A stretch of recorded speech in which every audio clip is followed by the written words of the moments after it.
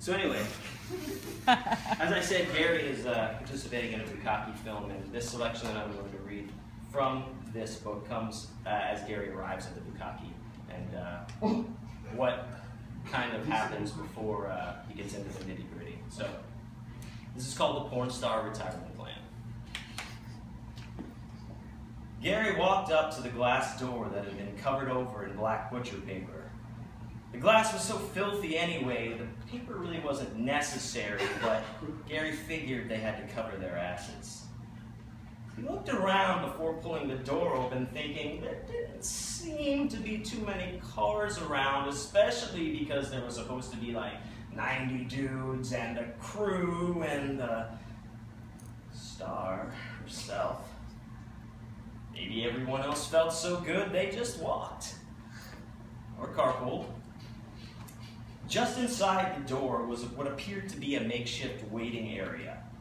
A handful of men, not half as well dressed as Gary, shuffled around the small space trying to look nonchalant. A pungent mixture of body odor and pineapple hung limply in uncirculated air. A black curtain was pulled across the opening leading to the rest of the office space, and bright light escaped from the small gaps between the curtain and the doorframe. Gary figured that this was where they would be filming and suppressed the giddiness he felt in his belly at the thought of Christine just a few feet away. "Hey, buddy," said one of the guys that looked the least homeless. "You, here for the bukkake?" Yeah." "Yes," said Gary, looking around for someone in charge.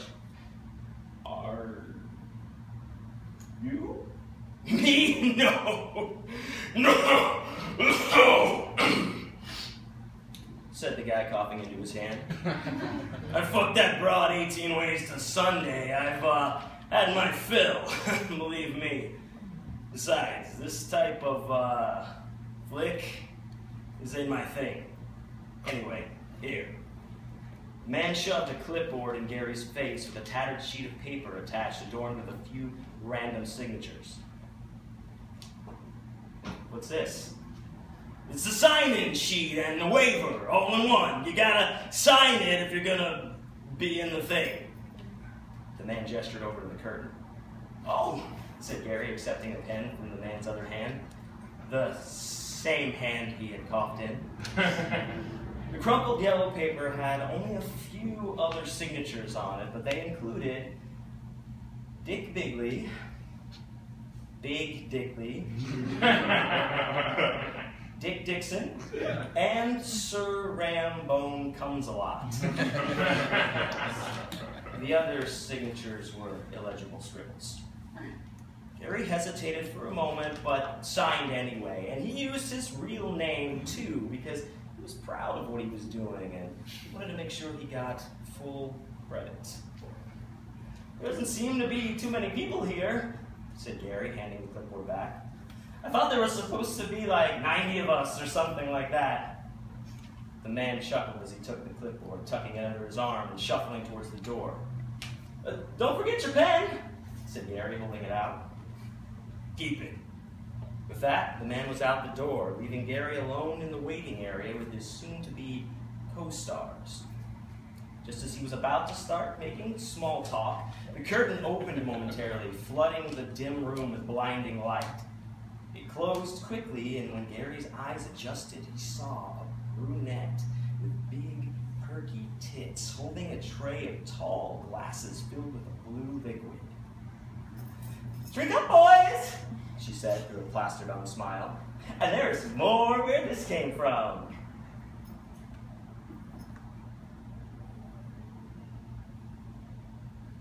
"What is this?"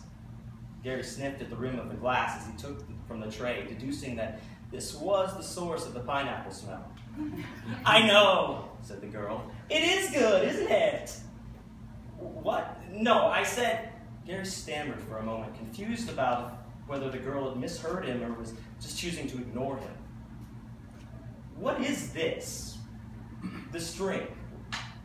Why are we drinking it?" "It's for the shoot," said the girl through her creepy fake smile. She was clearly annoyed at having to talk directly to Gary, but maintained the facial expression. "It was covered in the contract. Didn't you read it?" Gary wrinkled his brow, trying to figure out if this girl was being sarcastic or not. The conversation was starting to give him a headache. "A contract? Do you mean that wrinkled sheet of paper that homeless-looking guy had us sign? I don't think there was any writing on that. You just walked out with it and..."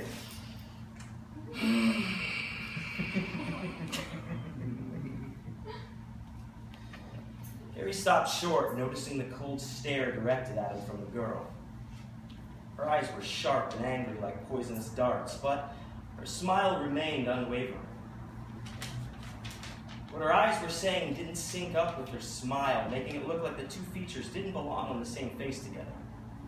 Her appearance was becoming more and more disturbing with each passing second. Gary noticed the other men in the room had picked up their drink and shuffled back up against the wall, quietly sipping their blue concoction.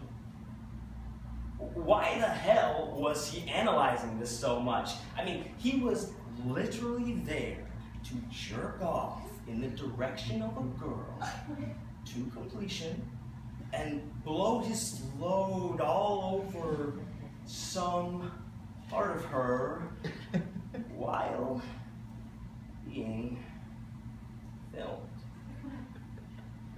Never mind, said Gary, shaking his head. You're right.